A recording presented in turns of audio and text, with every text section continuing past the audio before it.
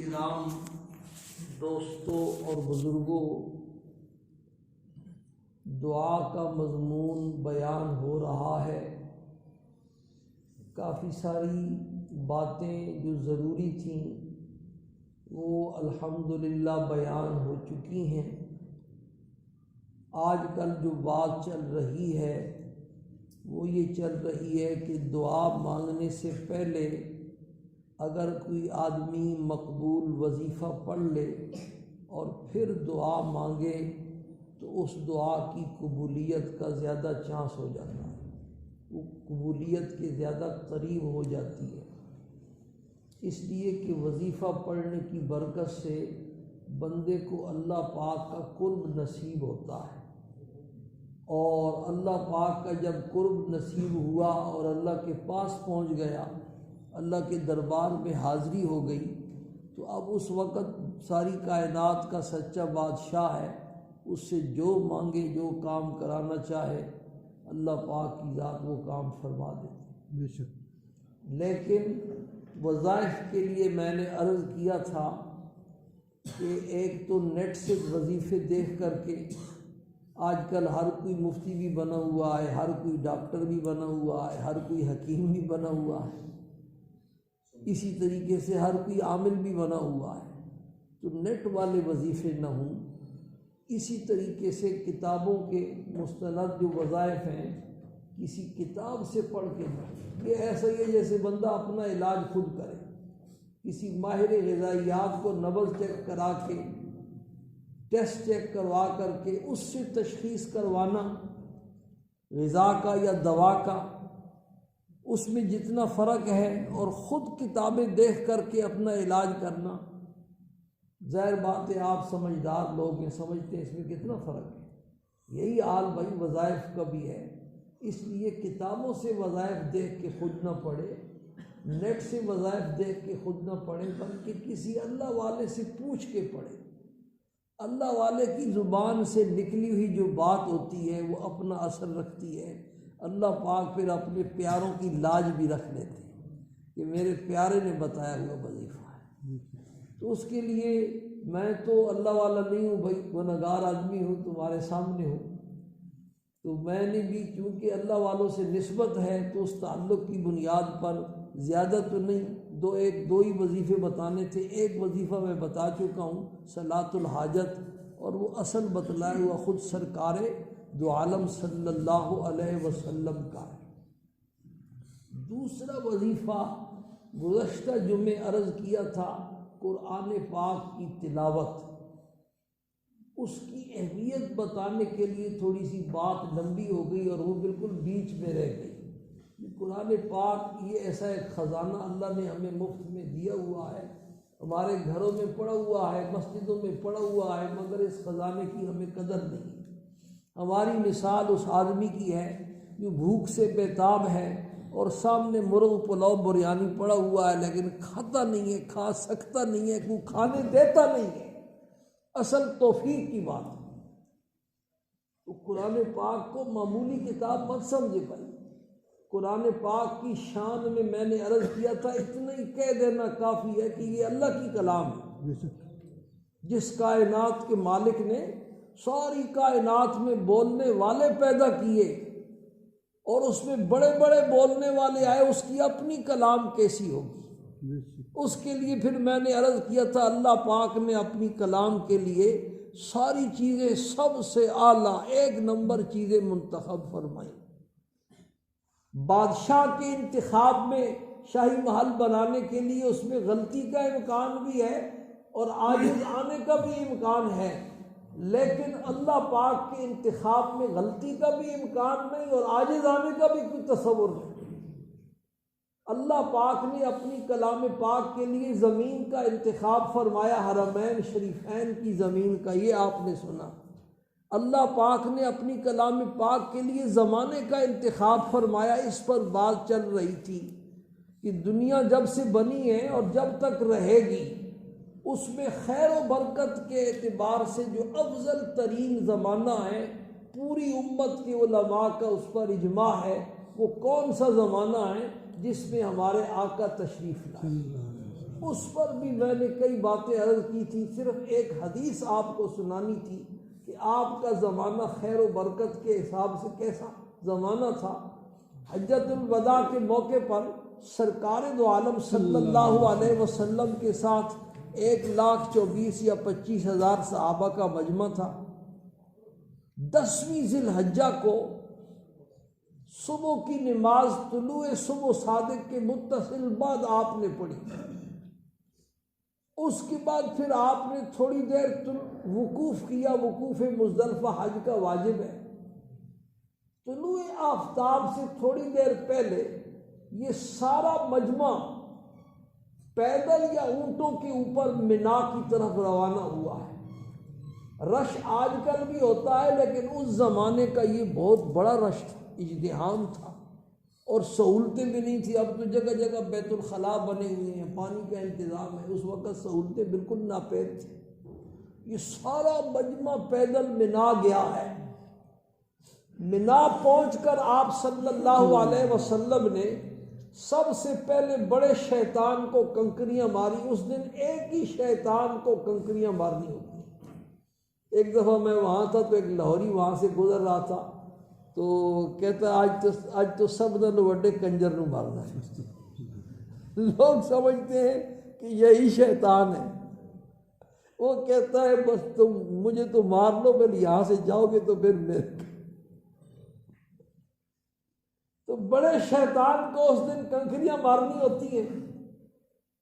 وہ آپ نے کنکریاں ماری, ظاہر ہے سارے صحابہ نے ماری. اس کے بعد پھر آپ صلی اللہ علیہ وسلم نے 100 اونٹ کی قربانی دی. 63 اونٹ اپنے دست مبارک سے ذبح فرمائے اور باقی حضرت علی رضی اللہ تعالیٰ عنہ کے حوالے کیے, انہوں نے ذبح فرمائے. جب 100 اونٹ قربان ہو چکا تو ہر اونٹ کے گوشت سے ایک بوٹی کا ٹکڑا کاٹا گیا تاکہ سارے اونٹوں کا حصہ پہنچ جائے. ایک بہت بڑی ہنڈیا میں اس کا شوربہ تیار کیا گیا. وہ شوربہ آپ صلی اللہ علیہ وسلم نے نوش فرمایا تاکہ سب کا حصہ اندر پہنچ جائے. اس کے بعد پھر آپ نے حلق کروایا, سارے صحابہ نے حلق کروایا. آپ نے اپنے بال تقسیم کروا دیے, سارے صحابہ نے حلق کروایا. اس کے بعد آپ نے احرام کھول دیا. اس کے بعد کپڑے پہننے کی اجازت ہوتی ہے. حلق کروانے کے بعد اور احرام کھولنے کے بعد یہ سارا مجمع 1.25 لاکھ کے قریب پیدل مینا سے مکہ پہنچا ہے یا اونٹوں کے اوپر. مکہ پہنچ کر آپ صلی اللہ علیہ وسلم نے طواف زیارت فرمایا. سارے صحابہ نے کیا. اس زمانے کا یہ بہت بڑا رش تھا. پھر آپ نے صفا اور مروہ کے درمیان سعی فرمائی. سارے صحابہ نے سعی فرمائی اور سعی سے فارغ ہونے کے بعد یہ سارا مجمع مکہ مکرمہ سے دوبارہ مینا میں واپس آیا اور ظہر کی نماز جماعت کے ساتھ آپ نے صحابہ کو مینا میں پڑھائی. جن کو حج کی سعادت اللہ پاک نے بخشی ہے وہ سوچیں کہ یہ اتنے سارے کام, 100 اونٹوں کی قربانی بھی, شیطان کی کنکریاں بھی, حلق بھی, طواف زیارت بھی, سعی بھی, مکے اور مینا کی آمد و رفت بھی, مزدلفہ سے مینا آنا بھی, یہ سارا کام ہو سکتا ہے؟ یہ سارا کیا تھا بھائی؟ یہ آپ کے زمانے کی خیر و برکت تھی. تو اللہ پاک نے قرآن پاک کے لیے زمانہ وہ منتخب فرمایا جو زمانے کا سب سے بہترین ٹکڑا تھا خیر و برکت کے اعتبار سے. تیسری چیز جس کی ضرورت تھی قرآن پاک کس زبان میں نازل کیا جائے. تورات اور انجیل سریانی اور عبرانی زبان میں اللہ نے نازل فرمائی. اللہ نے کلام پاک کے لیے, قرآن پاک کے لیے ایسی زبان کا انتخاب فرمایا جو ساری زبانوں کی سردار ہے. دنیا میں جتنی زبانیں بولی جا رہی ہیں یہ ساری اللہ نے پیدا کی. وَاخْتِلَافُ أَلْسِنَتِكُمْ وَأَلْوَانِكُمْ إِنَّ فِي ذَلِكَ لَآيَاتٍ لِلْعَالِمِينَ. تم ایک ماں باپ کی اولاد ہو اور تمہارے رنگ مختلف ہیں، تمہاری زبانیں مختلف ہیں، یہ اللہ کی قدرت کی نشان، لیکن ساری زبانوں کی جو سردار ہے وہ عربی زبان ہے۔ عربی کو اللہ نے کیا کمال بخشا ہے یہ علماء جانتے ہیں، آپ کے سامنے وہ بات بیان بھی نہیں کی جا سکتی۔ فصاحت اور بلاغت کے اعتبار سے، وسعت کے اعتبار سے، دقت کے اعتبار سے جو کمال اللہ پاک نے عربی کو بخشا ہے وہ قرآن و حدیث کے ماہر سمجھتے ہیں۔ لیکن ایک بات آپ بھی سمجھ جائیں گے کہ آپ صلی اللہ علیہ وسلم نے ارشاد فرمایا احب العرب لثلاث، اہل عرب سے 3 چیزوں کی وجہ سے محبت کیا کرو۔ ایک تو اس وجہ سے کہ میں تمہاری طرف آنے والا پیغمبر یہ عربی ہوں، میرا لحاظ کیا، اور دوسرا ارشاد فرمایا والقرآن عربی، تمہاری آسمانی کتاب عربی ہے، قرآن پاک کا لحاظ کیا کرو، اور تیسرا ارشاد فرمایا وَلِسَانُ أَهْلِ الْجَنَّةِ عَرَبِيٌّ، بھائی جنتیوں کی زبان بھی عربی ہوگی۔ علماء نے لکھا ہے اس حدیث سے ثابت ہوا کہ یہ دنیا کی ساری زبانیں مٹ جائیں گی، اس دنیا نے اور دنیا کی ہر چیز نے ختم ہو جانا ہے، ساری زبانیں مٹ جائیں گی، لیکن عربی زبان کو اللہ پاک دوام اور بقا بخشیں گے، یہ کبھی ختم ہونے والی زبان نہیں، جنت میں بولی جائے گی، جنت نے اور جنت کی ہر چیز نے ہمیشہ باقی رہنا۔ تو اللہ پاک نے قرآن پاک کے لیے بھائی عربی زبان کا انتخاب فرمایا۔ چوتھی چیز یہ تھی کہ کس امت کو یہ قرآن دیا جائے۔ ساری امتیں آدم علیہ السلام سے لے کر سرکار دو عالم صلی اللہ علیہ وسلم تک، عیسیٰ علیہ السلام تک، یہ ساری امتیں، تو اللہ پاک نے اس کے لیے خیر الامم کا انتخاب فرمایا۔ کنتم خیر امت اخرجت للناس، یہ امت محمدیہ اللہ کی لاڈلی امت، تم ساری امتوں میں سب سے افضل ہو بھائی۔ سرکار دو عالم صلی اللہ علیہ وسلم کا ارشاد ہے نحن الآخرون السابقون، ہم دنیا میں سب سے آخر میں آئے لیکن جنت میں سب سے پہلے جائیں۔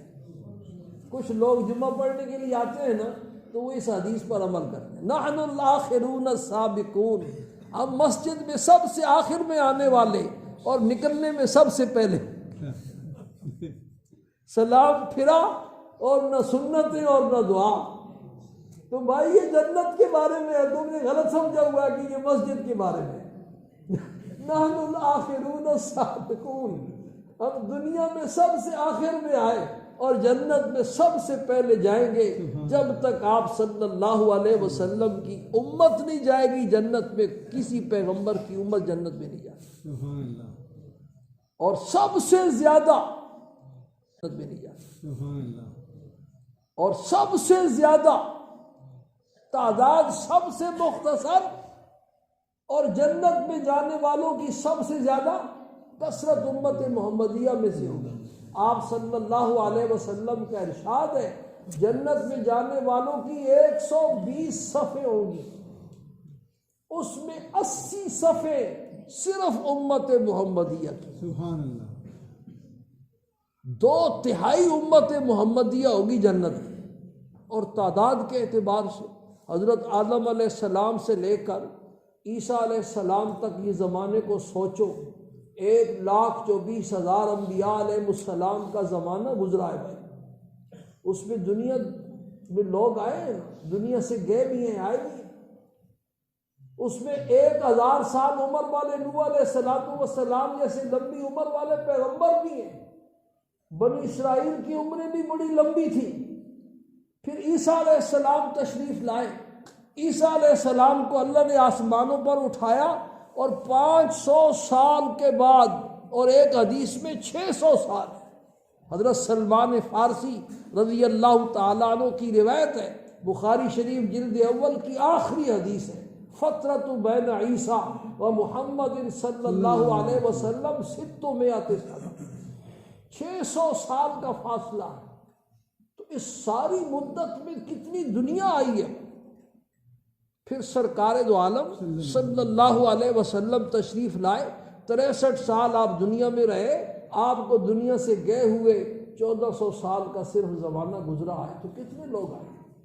آپ نے ایک حدیث میں اپنی امت کی تعداد کی قلت کو بیان فرمایا، ارشاد فرمایا ایک بیل ہو اور اس بیل کا پورا چمڑا سفید ہو، اس کی پشت کے اوپر سیاہ بالوں کا ایک داغ ہو، تو پورے چمڑے کے جو بال ہیں نا وہ سمجھو یہ باقی امتیں ہیں، اور وہ جو اس کی پشت کے اوپر سیاہ داغ ہے اس کے جو بال ہیں یہ صرف امت محمدیہ میری چھوٹی سی امت۔ کتنی تھوڑی تعداد میں یہ لوگ آئے، لیکن جب جنت میں جانے کا وقت آیا تو سرکار دو عالم صلی اللہ علیہ وسلم نے ارشاد فرمایا کہ جنت میں جانے والوں کی 120 صفیں ہوں گی اور اس میں 80 صفیں امت محمدیہ کی۔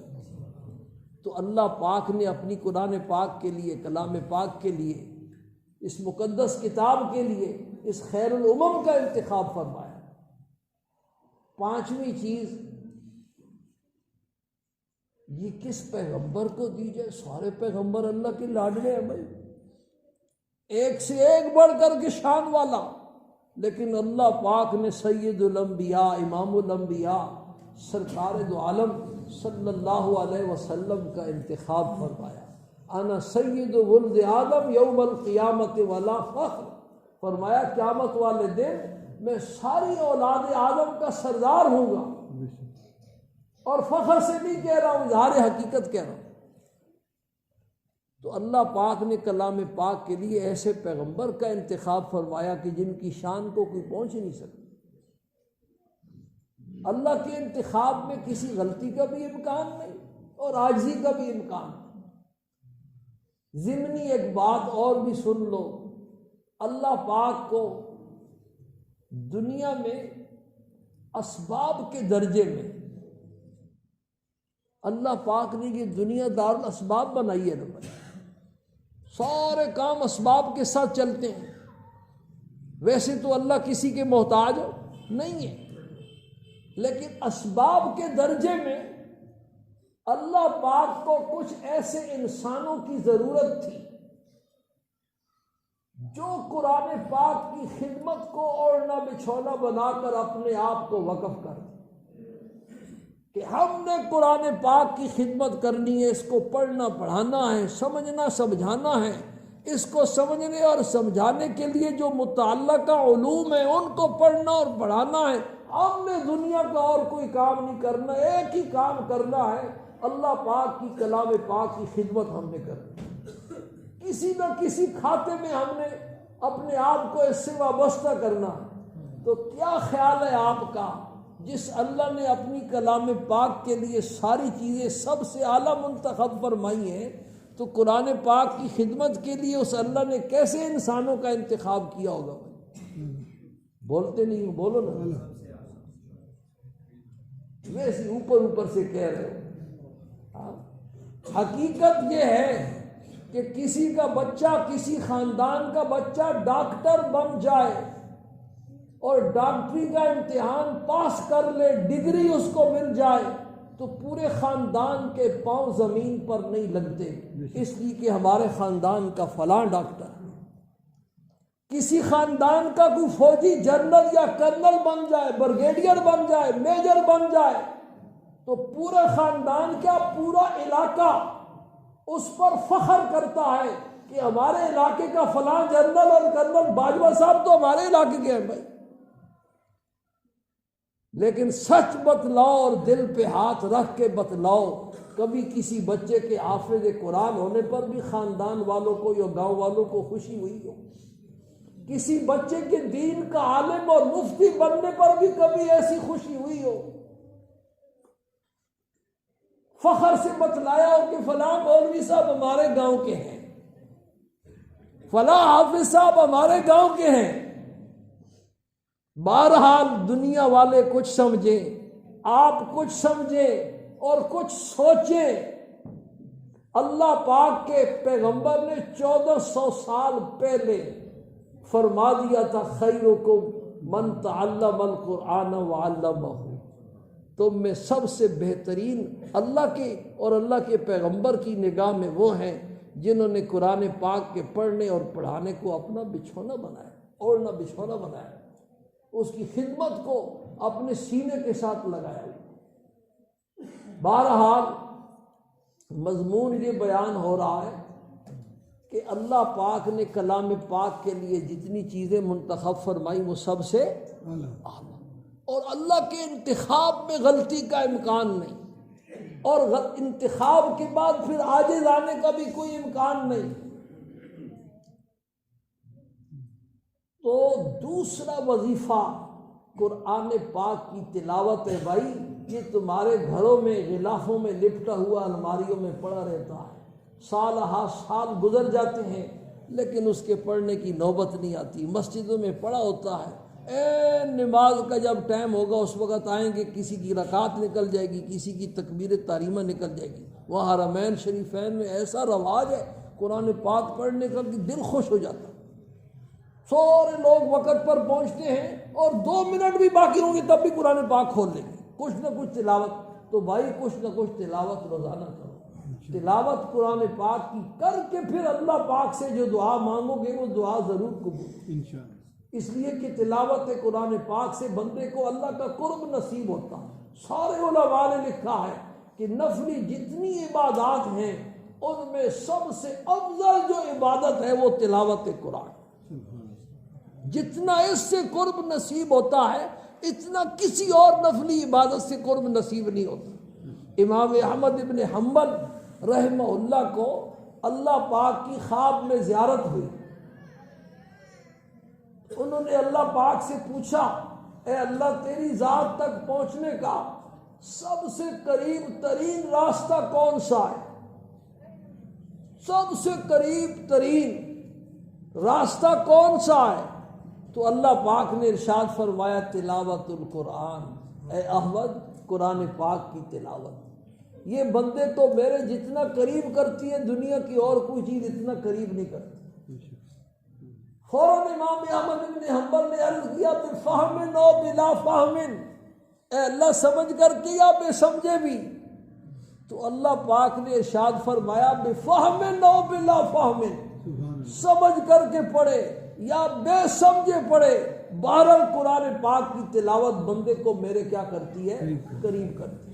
تو بھئی روزانہ کی تلاوت کا معمول بنا، کبھی کوئی دن ایسا نہ گزرے جیسے روزانہ ناشتہ کرتے ہو، روزانہ کھانا کھاتے ہو، روزانہ پانی پیتے ہو، روزانہ واک کرتے ہو، روزانہ بلڈ پریشر کی گولی لیتے ہو، روزانہ شوگر کی گولی لیتے ہو، ان میں کبھی ناگا گوارا نہیں ہے، تو بھائی قرآن پاک کی تلاوت میں بھی کبھی ناگا نہیں۔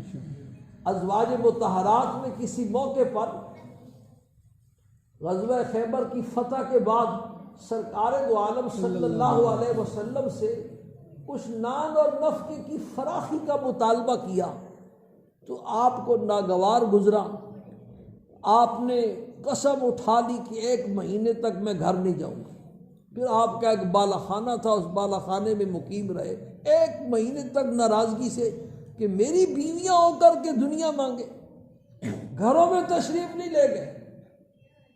1 مہینے کے بعد جب وہ ختم ہوا، ایلا اس کو کہتے ہیں اصطلاح میں، تو سورہ احزاب کی 21ویں پارے کا آخری رکوع اور 22ویں پارے کا پہلا رکوع، اس کی آیات اتری، اور ان آیات میں اللہ نے ازواج مطہرات کو اپنے انعامات یاد دلائے، میں نے تم پر یہ بھی انعام کیا، یہ بھی انعام کیا، یہ بھی انعام کیا۔ آخری جو انعام سنایا وہ بڑا عجیب، فرمایا وَاذْكُرْنَ مَا يُتْلَى فِي بُيُوتِكُنَّ مِنْ آیَاتِ اللَّهِ وَالْحِکْمَةِ، اللہ کی بندیو تم اس کو نہیں سوچتی، یاد نہیں کرتی کہ تمہارے گھروں میں ہر وقت قرآن پاک کی تلاوت ہوتی رہتی ہے اور سرکار دو عالم صلی اللہ علیہ وسلم کی زبان مبارک سے پاکیزہ ارشادات نکلتے رہتے ہیں، اس سے بڑی اور کیا نعمت ہوگی کہ تم نان اور نفقے کا مطالبہ کرو۔ تو جس گھر میں قرآن پاک پڑھا جاتا ہے اس پر اللہ پاک کی رحمتوں کی بارش نازل ہوتی، اور جب تلاوت کرے ختم کے موقع پر تو ایک دعا تو ضرور قبول ہوتی ہے۔ جو آدمی مسلسل تلاوت شروع کر دے اس نیت سے کہ میں دعا مانگوں گا، تو ختم کرے۔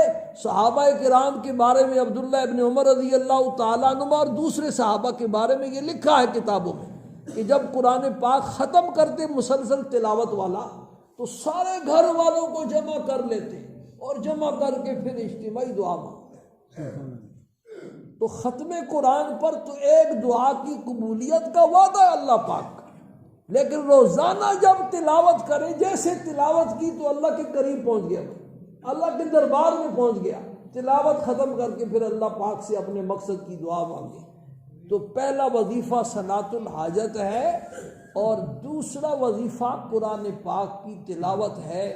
باقی یہ مضمون چل رہا ہے، پھر انشاءاللہ زندگی ہوئی تو اللہ پاک ہم سب کو اس کی سمجھ نصیب فرمائے، اس کا یقین نصیب فرمائے اور عمل کی توفیق نصیب فرمائے۔ وآخر دعوانا الحمدللہ۔